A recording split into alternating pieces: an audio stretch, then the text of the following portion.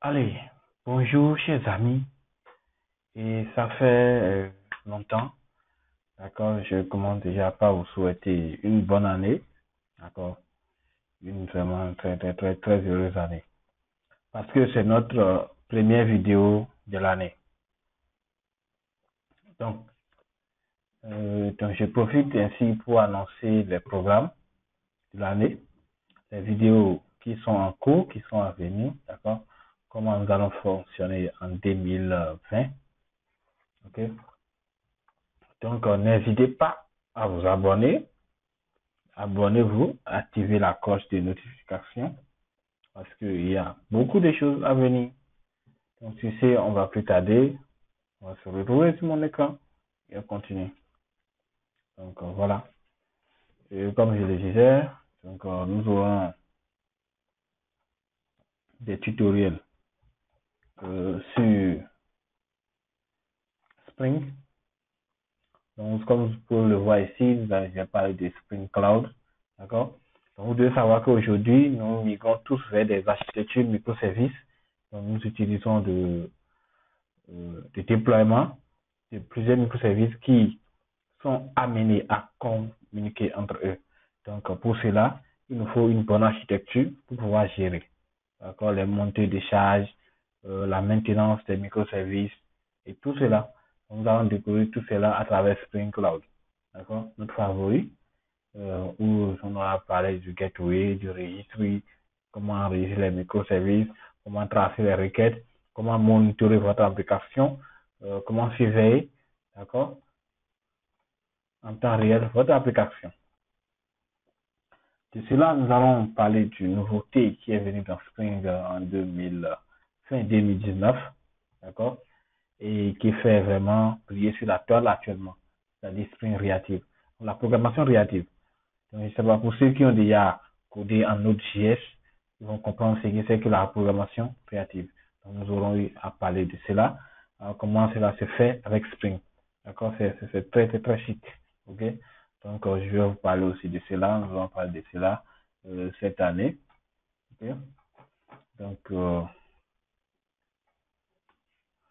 ensuite, nous allons parler de Angular 9. Donc, pour ceux qui ne le savent pas, nous sommes déjà à la version 9 de Angular. Donc, ils ont fait l'update il y a de cela un mois. Donc, nous sommes passés à la version 9 de Angular. Donc, nous aurons eu à parler de cela aussi, les nouveautés et comment cela fonctionne. Et aussi du RINCJS, d'accord, la programmation réactive avec Angular. On aura combiné Angular et Spring, d'accord, Angular et Spring Reactive. Vous allez voir comment ça marche. C'est super cool. Ne ratez pas cela. Ne ratez pas le rendez-vous surtout. Donc, pour cela, abonnez-vous et activez la cloche de notification. Donc, nous allons parler aussi de Unix Sync. Unix est déjà, Unix Framework, bien sûr, est déjà à sa version 5. Donc, nous allons parler de cela aussi. Donc, après cela, nous allons parler de Flutter. Flutter. Je ne sais pas comment on appelle ça. Et donc, Flutter, Flutter. Donc, c'est un Flutter, c'est un Flutter. Donc, le nouveau framework de développement hybride, d'accord, développé par Google, qui se base sur le langage DAT. Donc, nous allons apprendre dedans comment coder en Dart, ok, et comment vous allez utiliser des widgets et programmer avec Flutter du développement, d'accord, sur, disons, iOS, Android, ok. Donc, ici, on va apprendre ici à faire quand il parle de mobile, donc de savoir que il y a déjà iOS, Android, on va faire aussi du desktop.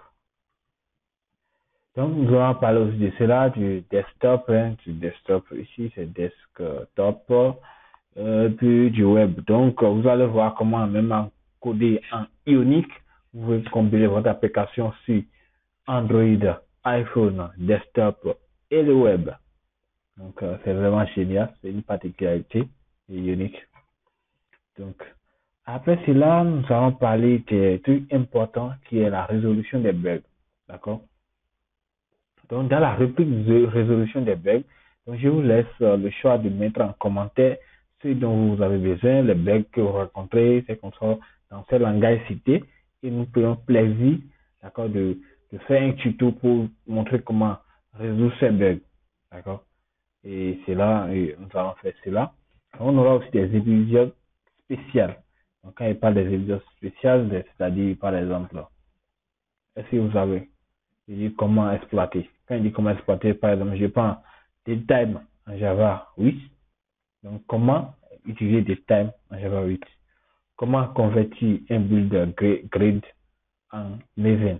D'accord? Donc, on aura fait ce genre d'épisode spécial. Okay? Donc, qu'on aura à partager sur la chaîne. Donc, je vous laisse aussi le choix de mettre vos options en commentaire, les nouveautés dont vous souhaitez en développement qu'on découvre cette nouvelle année. Je vous laisse le choix, c'est ouvert complètement et vous le mettez en commentaire.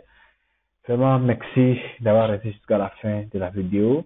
Comme je vous rappelle toujours, n'oubliez pas, abonnez-vous, activez la cloche de notification. Merci.